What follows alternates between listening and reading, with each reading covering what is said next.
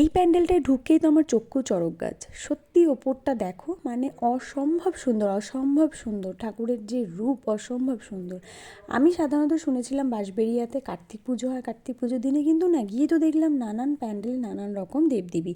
কিছু কিছু প্যান্ডেলে ছিল শিব পার্বতী, কিছু কিছু প্যান্ডেলে ছিল রাধাকৃষ্ণ, গণেশ পুজো হয়েছে, অনেক রকমের ঠাকুরেরই পুজো হয়েছে। আর এই যে যে প্যান্ডেলটা আমি এখন দেখাচ্ছি, এটা বলতে পারো আমার চোখে দেখা সেদিনকার ফার্স্ট প্যান্ডেল বলতে পারো। হয়তো এর থেকেও ভালো হয়েছিল, আমরা সবগুলো ঘুরে দেখতে পারিনি। আমরা 4-5টা মতন দেখেছিলাম, তারপরে বাড়ি ফেরারও ব্যাপার ছিল। আর এর পরের যে প্যান্ডেলের দিকে আমরা যাচ্ছি, এইটা দেখো, এই ধরনের প্যান্ডেল আমি এর আগেও দেখেছি দুর্গা পুজোতে আমাদের এখানে। কিন্তু একই প্যান্ডেলের লোক তো অন্যান্য জায়গাতেও কাজ করে, তাই না? কিন্তু এটার ভেতরটা একটু আলাদা করেছিল, জিনিস এক, কাজ এক, কিন্তু তার মধ্যেও ডিফারেন্স ছিল। তো এখানে আমি একটু ঢং করে নিচ্ছিলাম, হেঁটে হেঁটেও বলছিল তুমি একটু আসো, আমি ভিডিও করে দিই, সেগুলো একটু করে টোরে নিলাম। এরপরে আবার ফিরতে হবে, তার জন্য আমরা পরের প্যান্ডেলের দিকে তাড়াতাড়ি পৌঁছে গেছি।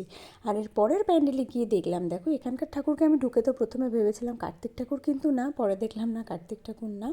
আর এখানে সত্যি আমি একটা কার্তিক ঠাকুরও দেখিনি, হয়তো ছিল, আমি জানি না, একটা কার্তিক ঠাকুরও কিন্তু আমার চোখে পড়েনি।